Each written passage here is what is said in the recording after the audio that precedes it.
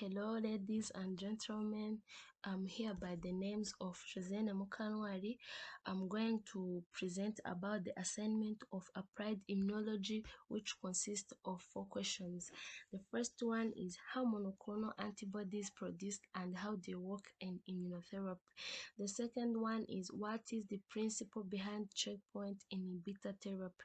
The third one is what are the risks of chimeric antigen receptor T-cell therapy. And the fourth one is how is immunotherapy used to treat autoimmune disease. Let us see about this question. The first one as the production of monoclonal antibodies and its mechanism in immunotherapy.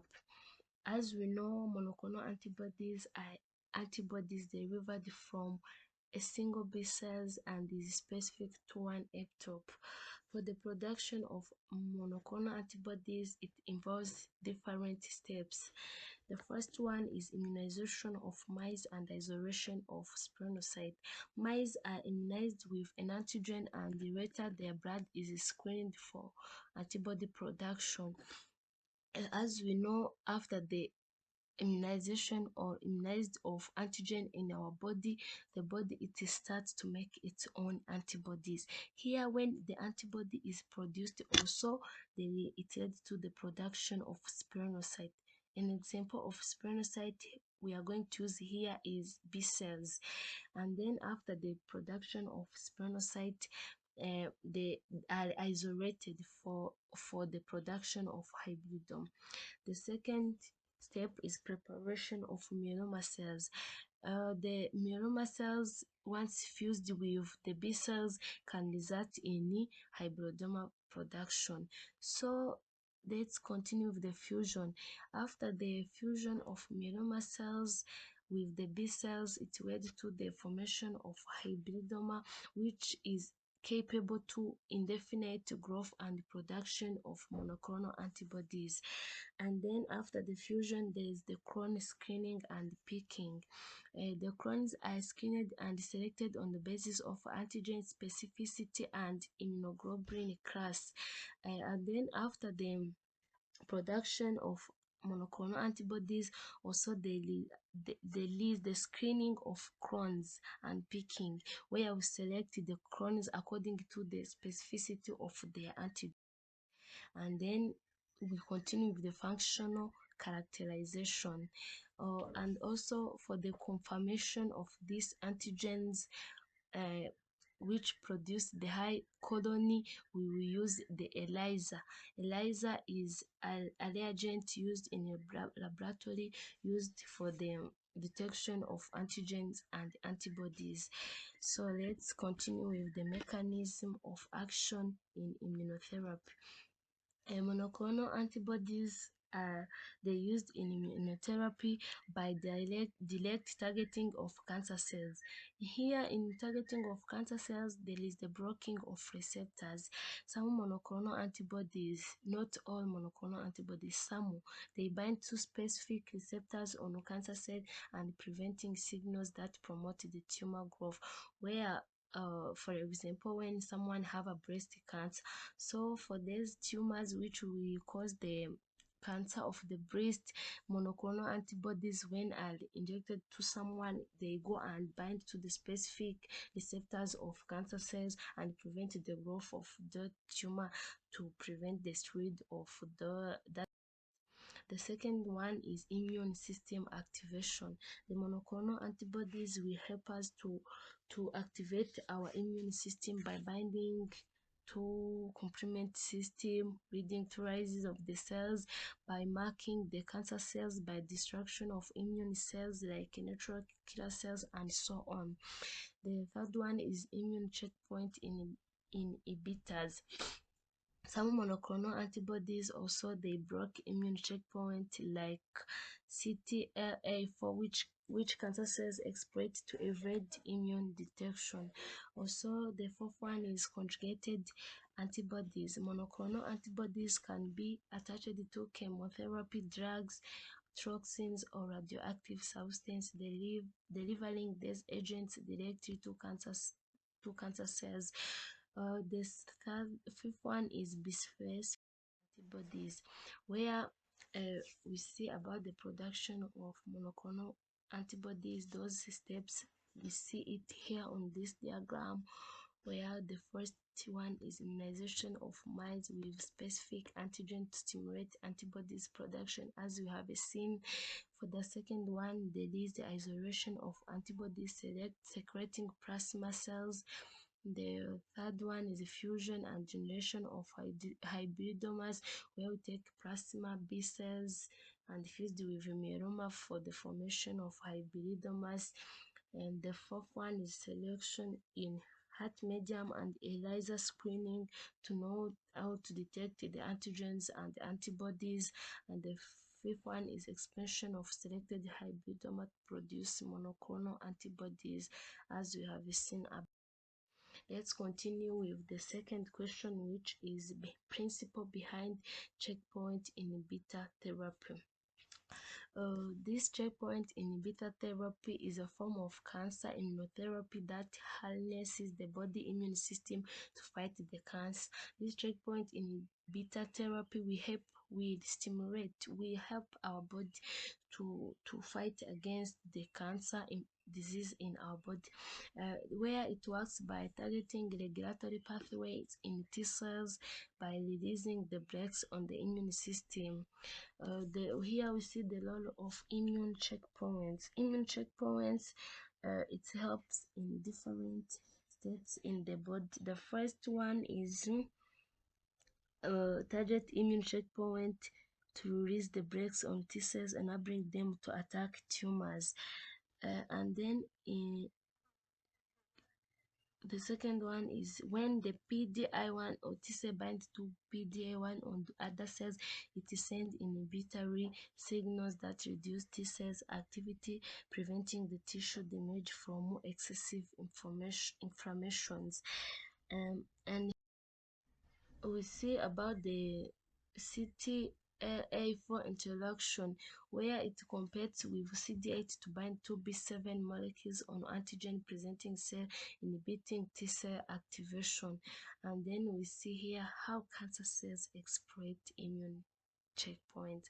Cancer cells often exploit this checkpoint to evade the detection by upregulation of PD-L1, where the tumor cells express high level of PD-L1, which bind to PD-1 on T cells, deactivating them and preventing the immune system from attacking the tumors. Also, it exploits the checkpoint by manipulation of CTLA4 pathways, where the tumors also can suppress immune responses by modulating the CTLA4 pathways. So about the mechanism of checkpoint inhibitors, we see here the checkpoint inhibitors are monoclonal antibodies, here designed to block this interaction, thus restoring T cells function. For the mechanism, first one is anti-PD-1 and anti-PD-L1 inhibitors, where this mechanism act like antibodies prevent PD-1 from binding to PD-L1, allowing T cells to recognize and attack the tumor cells for the destruction of that tumors to prevent the spread of the cancer in the body. Also, the third question is the risk and side effect of chimeric antigen receptor T cell therapy. This chimeric antigen receptor T cell therapy is a groundbreaking immunotherapy that involves genetically modifying patient T cells to target and destroy cancer cells. Here in this therapy, someone or the patient will bring the blood to the doctor or the clinicians, and then they remove the T cells, and after bring the remaining blood, and then continue the steps until we will get the chimeric antigen receptor T-cell therapy. We will see it on the diagram on the next slide. About the risk and side effect of this CAL T-cell therapy, the first one is cytokine release syndrome.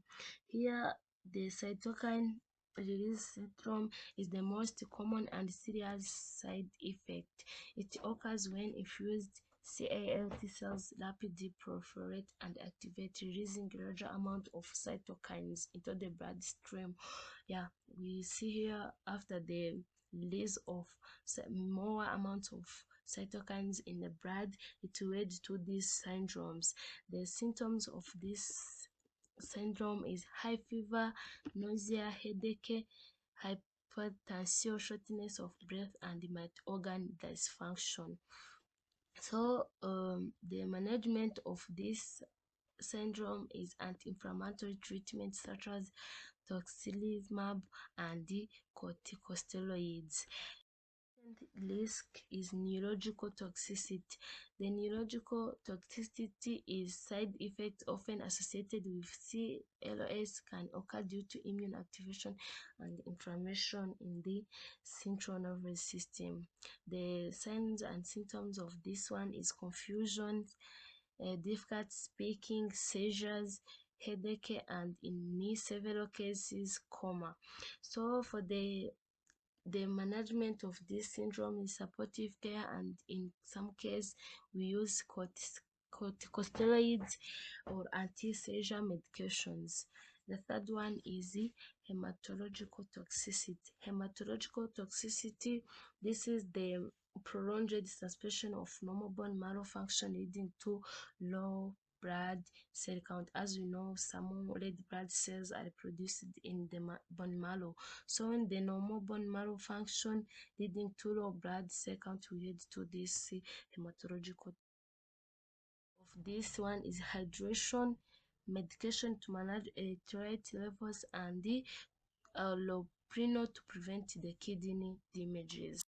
As we talk about this CAL T cell therapy used on this diagram, we see the patient which will undergo the blood transfusion, and then after the collection of blood, there is the T cells removed and separated, and the blood remaining will return to the providers of the patient. And then these T cells are genetically altered to have special receptors called chimeric antigen receptors. So after the T cells become CAL T cells, it will be cultured. Millions are grown in the medium, and then after the growth of these CAL T cells, the new CAL T cells introduced into the bloodstream. This how the CAL T therapy is used to treat the cancer.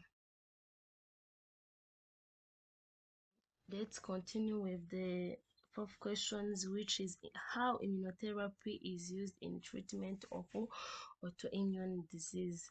Immunotherapy for autoimmune disease aim to regulate or suppress the overreactive immune response that mistakenly attacks the body immune system. Immunotherapy here, it will come and also it regulate all your overreactive immune response, where the body attack its own tissues. And unlike cancer immunotherapy, which often enhance immune function, immunotherapy for autoimmunity focuses on moderating or dampening specific immune pathways to restore immune tolerance.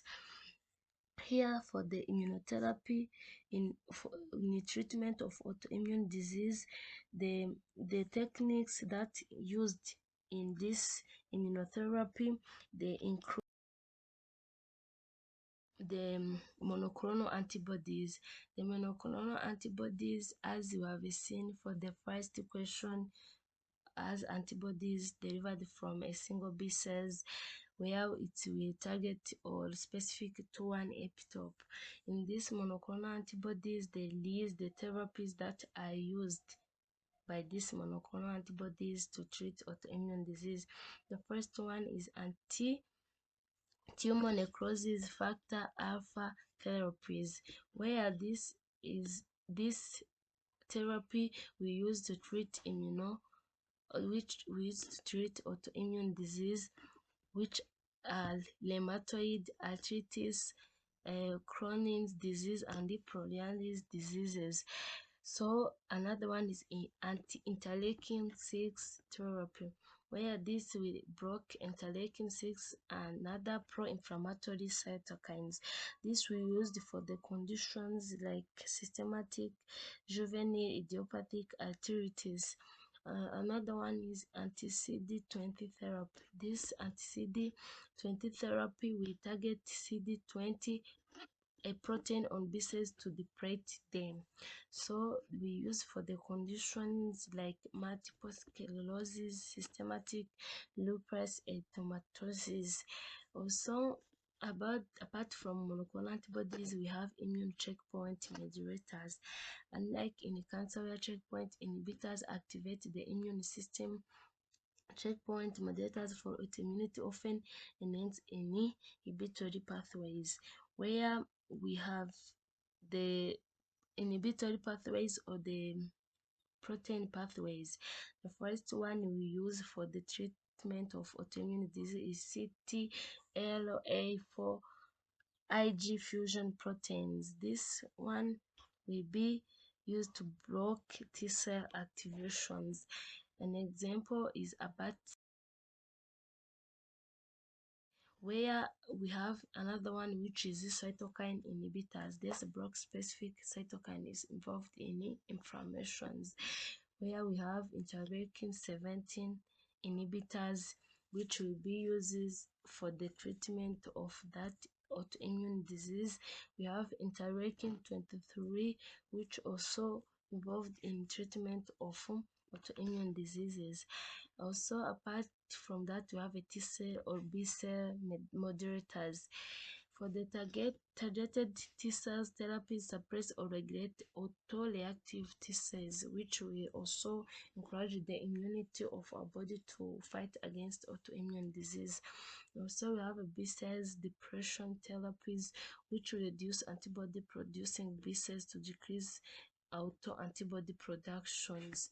So we also help us to fight or to treat against autoimmune. This is the end of my presentation. Thank you so much for your attention. Your ideas, suggestion, and support are needed. So thank you so much.